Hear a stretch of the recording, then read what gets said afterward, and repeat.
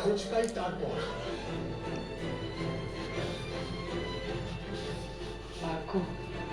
যাও, ওর হাতে হাতে প্রদীপগুলো জ্বালিয়ে দাও। আর তুমিও বলছো বিশ্বাস থেকে বলছি অর্ক, কাল কালী পুজো, আর আমার মন বলছে যে মা আমাদের কষ্ট দেবেন না।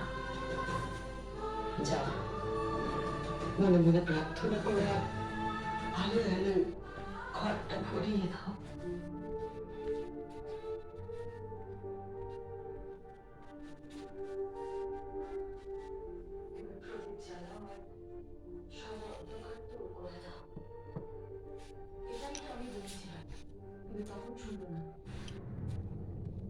বুঝিয়ে বলতে হয় মানসী, তুমি তো জানো ওর একটু সময় লাগে।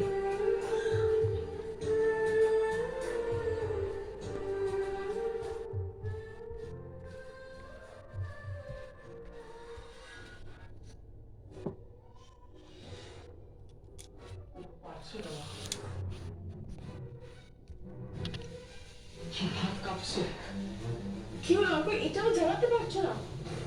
আমি জ্বালিয়ে দিচ্ছি। মানসী, তুমি তো জানো ওর মনটা অশান্ত হয়ে রয়েছে, তোমার তো এটা বোঝা উচিত। ওই জ্বালাবে।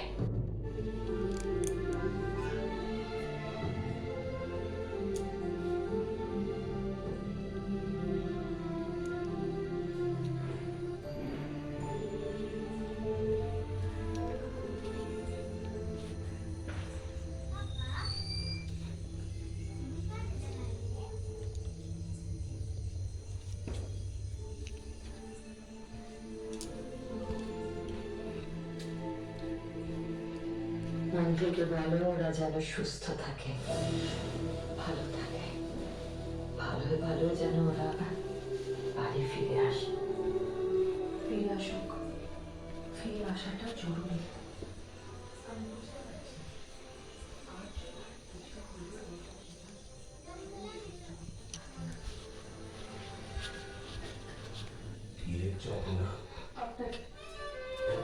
আপনাকে বোঝার চেষ্টা করছি।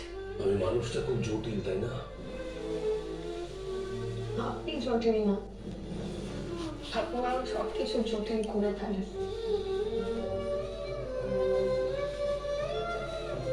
একটা কথা, এত কঠিন আমাকে বলাটা কঠিন নয়, নিজের মনের সঙ্গে লড়াই করাটা কঠিন। আমার সবসময় মনে থাকে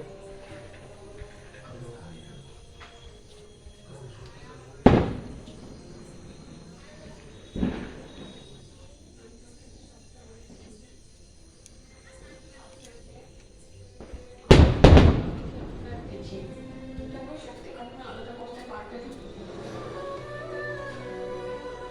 এটা আপনি এত সুন্দর তো এখন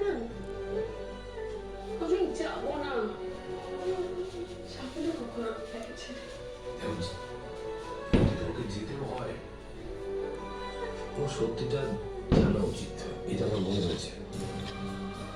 তুমি সত্যিটা জানবে, আমি তোমার সাহায্য করবো। এবার আর তোমাকে আমি আটকাবো না, আমি তোমাকে সত্যিটা জানতে সাহায্য করবো। আমি তোমাকে বলবো না যে তুমি ফিরে চলো, এখন আমি তোমার সঙ্গে আছি, আমি তোমাকে হেল্প করার চেষ্টা করবো। তুমি সবটা জানবে, তারপর যদি মনে হয় যে তুমি ছেড়ে চলে যাবে, অ্যাকসেপ্ট করো।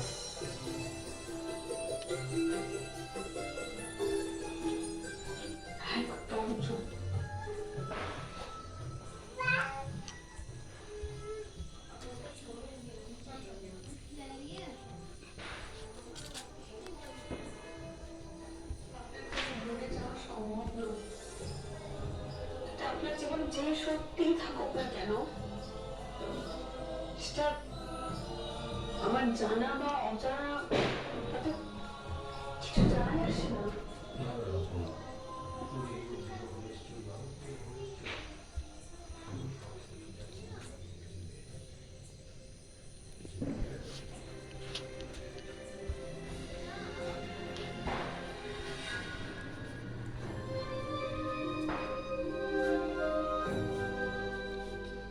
এবারে কালী পুজোটা মনে থাকবে কুসুম, কত মানুষ কত কিছু হারিয়েছে, তো দেখো ভাঙাচোরা সবকিছু আবার জোড়া লাগিয়েছে।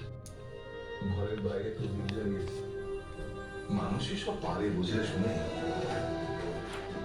সব তছনছ হয়ে গেছে, কিন্তু একটা জিনিস খেয়াল করছো,